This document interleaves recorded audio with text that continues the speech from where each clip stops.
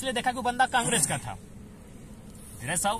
देखिए जो गलत है तो गलत है, ठीक है, हम भी चाहेंगे कि धीरज साहू जिसे जितने भी लोग हैं सामने आए, लेकिन वो बंदा इसीलिए पकड़ा गया कि वो कांग्रेस का है। क्या बीजेपी के वालों के पास नहीं है? उससे 2 गुना 3 गुना 4 गुना है, लेकिन चूंकि सरकार में बैठे हैं और यही हमारी देश के माहौल बना है, लाइव चलाकर पूरी जनता को दिखाने लगते हैं कि क्या हो रहा है। जनता के लिए नया रूल रेगुलेशन बनाएंगे, हम लोग उन व्यवस्थाओं को बदलेंगे जिन व्यवस्थाओं में अब तक हम लोग बंधे हैं। हम लोग जनता के हैं, जनता के लिए हैं, और हम लोग उसके लिए किसी भी नए नियम कानून को स्थापित करने के लिए बाध्य करेंगे बाकी लोगों को।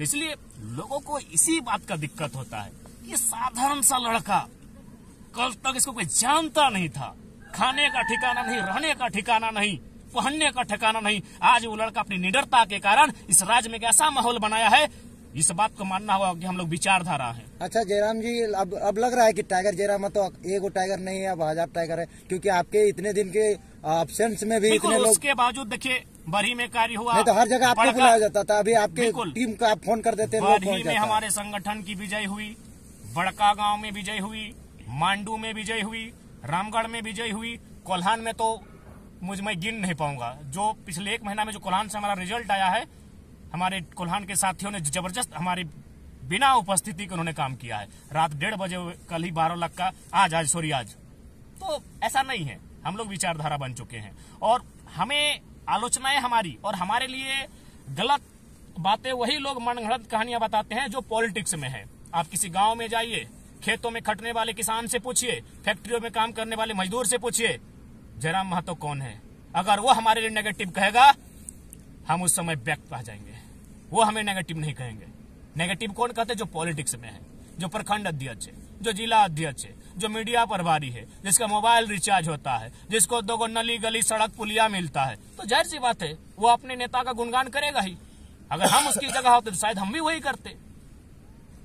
लोग तो आपके बहुत सारे चाहते हैं, आपकी जिस तरह से बातों को रखते हैं, लोगों को हक अधिकार दिलाते हैं, दिल से चाहते हैं, लेकिन चुनाव सामने है। चुनाव में बहुत सारे ऐसे आपके जैसे नए युवा अच्छे विचार वाले लोग चुनाव में आते हैं, लेकिन उस तरह का नहीं दिखा पाते जिस तरह से लोगों को भाषणों में काम करके दिखाना, एक प्यार जो मिलता है। तो इस तरह का आप कैसे लोगों को उस भावनाओं में लाइएगा? देखिए समय लगेगा, लेकिन ऐसा नहीं कि हम लोग नहीं कर पाएंगे। पार्टी वाला कहता है कि बूथ स्तर में काम नहीं कर रहा है, लोगों को तो दिखा रहा है, बूथ मजबूत नहीं कर रहा है। जो अगर ये सवाल कर रहे हैं, जो पार्टी वाले अगर हमारी इस तरह आलोचना ही कर रहे हैं कि हम लोग बूथ पे काम नहीं कर रहे, तो बढ़िया बात है, रास्ता में बता रहे हैं, हम बूथ तक जाएंगे। देखिए सबसे पहली बात है कि ये सच्चाई है कि हम लोग नई पार्टी हैं, हमें समय लगा है, लेकिन इसका मतलब ये नहीं कि हमारी आइडियोलॉजी गाँव तक नहीं पहुंची। मैं आपको उदाहरण देना चाहूंगा, अगर आपको जिस लोकेशन में आप हैं, यहीं बहुत सारे गाँव ऐसे हैं, यहीं आपका कुड़ामो है, आप एक बुजुर्ग आदमी है, जाइए अभी भी जाइए, अगर वो जाग रहा है, वो बंदा, वो शख्स, अगर वो इंसान जाग रहा है, जाके देखिए उसके मोबाइल में एक वीडियो चल रहा है और वीडियो जयराम महतो का है। जो लोग कभी साधु संतों के प्रवचन अभी भी सुनते, ऐसा बात नहीं, लेकिन उनको किनारे करके हमारा भाषण सुनते हैं, ये विचारधारा है, ये बदलाव है, ये बदलाव का संकेत है। अब चले जाएगा, 80 साल का बुजुर्ग है हमारे इसी चित्तरपुर के गाँव में, सर के सारे बाल सफेद हो गए हैं, वो पाँव में चप्पल भी धारण नहीं करता है, अगर वो जाग रहा है तो मेरा वीडियो देख रहा होगा। अच्छा, ये बदलाव है। एक सुनने में आया कि आपके संगठन का एक मामला आया, बिशुनगढ़ के कोई एसआई को अरेस्ट कराया गया है। बिल्कुल, आप कह रहे थे कि हमारी अनुपस्थिति में क्या हो रहा है। हमारी अनुपस्थिति में एसआई को वहाँ प्रेम नायक, आपका प्रेम नायक जो हमारे मित्र हैं, हमारे संगठन के साथी हैं, एसआई पर गाज गिर चुकी है।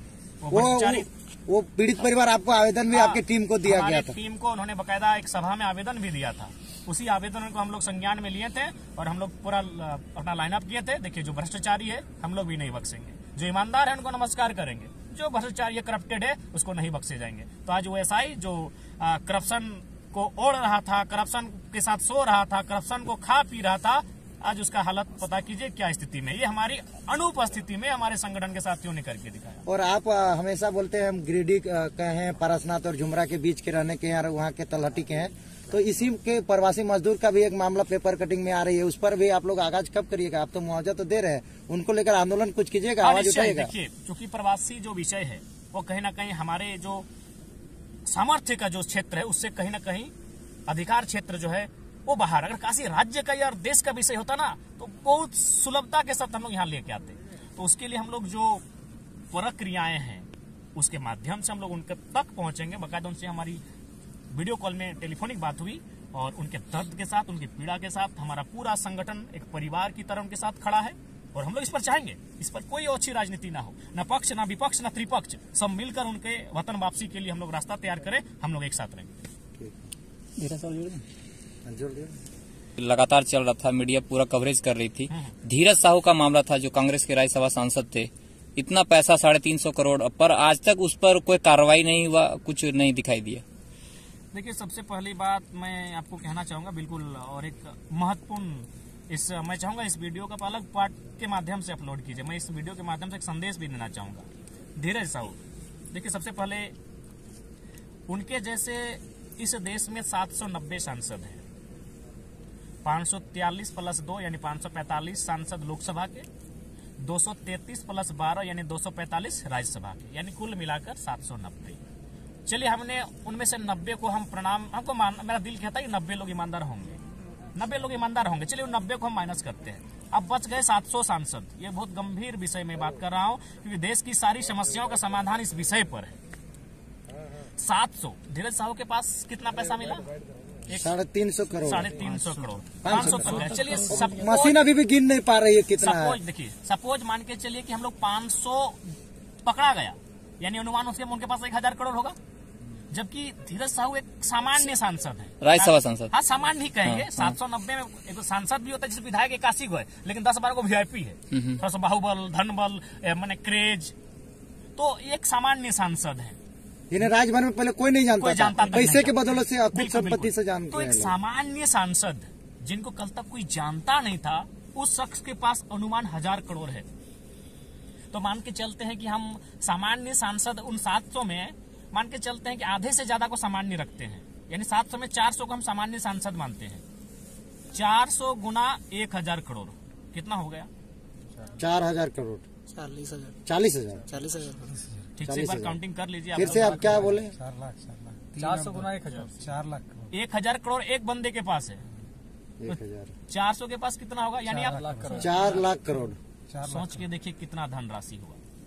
चूंकि 400 मैं सामान्य सांसद गिन रहा हूँ, अब मैं बात करता हूँ बाकी 300, उनमें से लगभग 50 के आसपास केंद्रीय मंत्री हैं, 50 के आसपास केंद्रीय मंत्री हैं। मैं ईमानदारी से अगर कहूँ तो इनके पास कितना था? 100 करोड़ ना, सॉरी 1000 करोड़ ना, उनके पास नहीं करने से भी 10,000 करोड़ होगा। 50 केंद्रीय मंत्री, फिर उसको गुना कीजिए 10,000 करोड़ से वो राशि कहाँ तक जाएगी। अब उन 50 को माइनस करते हैं, हमारे पास अभी भी बचे हुए हैं 250 सांसद।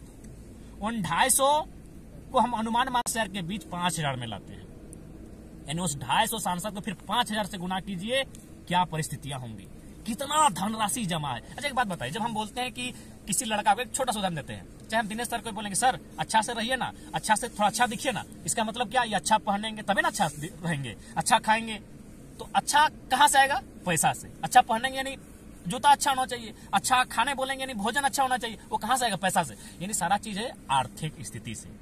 इसलिए देश को इस विषय पर सोचना होगा। यानी एक सांसद के पास अगर 1000 करोड़ है तो बाकी 790 सांसद, उनमें 90 को माइनस करके जो 700 बचेंगे, उनके पास कितना पैसा है? तो कहाँ राज गरीब है? राज तो अमीर ही है। राज भी गरीब नहीं है और न ही देश गरीब है। मुट्ठी भर लोगों के हाथों में देश की संपत्ति है, इसलिए आज ये देश की दशा है। भगत सिंह ने एक कथन कहा था, मैं इसको पुनः कोट करूंगा, कि कोई भी इंसान इतना अमीर नहीं होना चाहिए कि दूसरे इंसान को खरीद ले, और कोई इंसान इतना भी गरीब नहीं होना चाहिए कि उसे अपने आप को बेचना पड़े। ये माहौल देश में बन चुका है। ये तो आप पुराने भाषणों में भी तो देते हैं। ये माहौल देश में बन चुका है कि कुछ लोग किसी को खरीद लेते हैं, मतलब अपने घर में लाकर पशुओं की तरह खटाते हैं, उसको साफ करवाते हैं, जो भी करते हैं काम, जो एक जानवर की तरह से काम लेते हैं वो। यानी एक इंसान दूसरे इंसान को खरीद चुका है, और वो जब अपने आप को बेच चुका है, रीजन क्या था? पैसा। और वो पैसा कहाँ है? हमारे सांसदों के पास। एक लॉजिकली बात देखिए, झारखंड की अगर हम बात करें तो आई थिंक झारखंड में शायद 2001 के आसपास, सर अगर आप लोग गूगल कीजिएगा तो हमको लगता है 19,800 के आसपास विधायक लोग का वेतन था, 19,800। अगर आप 2010 के आसपास चले आइएगा तो वो वेतन चला गया था 49,000 समथिंग, यानी 50,000। आज वो वेतन लगभग 2,72,000 के आसपास है। अच्छा, एक बात बताइए, आप लोग जितने लोग बैठे हैं, ऐसा नहीं कि आपके घर में या आपके रिश्ते नाते में कोई सरकारी जॉब नहीं करता होगा, करता होगा। क्या कोई बंदा ऐसा है जिसका वेतन में इतना इजाफा हुआ होगा? नहीं। यानी देश को दीमक की तरह कोई चाट रहा है तो ये राजनीति चाट रही है। अब चलिए अगर आप सवाल हमसे अच्छा, आप ये बोल दिए राजनीति चाट रही, तो आप भी तो राजनीति में आना चाह रहे हैं। तो इसी परिस्थिति को बदल के आना चाहते हैं। आज हम लोग क्यों गांव गांव तक गए? हमारे पास कुछ भी नहीं, क्यों गांव गांव तक गए? हम लोग विचारधारा है, हम लोग विचारधारा इसीलिए बने कि इस पैटर्न को हम लोग फॉलो नहीं करने देंगे। ये जो पॉलिटिक्स चल रही है, और हम चाहेंगे जितने भी विधायक सांसद हैं हमारे, अगर वो लोग अपने 70% पैसा को दान दे देते हैं, तभी वो ये बात कह सकते हैं कि हम देश का विकास कर सकते हैं, हम देश का भला कर सकते हैं। नहीं तो उनके पास, अभी तो हमने सांसदों का पैसा गिनाया है, विधायकों का गिनाएंगे, और उस पैसे का जब बजट तैयार करेंगे और उसको अगर प्रत्येक जिला वाइज, जो हमारे 700 के आसपास जिले हैं, हमारे पास जो 7 लाख गांव है, उनमें जब बंटवारा करेंगे तो एक बहुत बड़ी राशि सामने आएगी।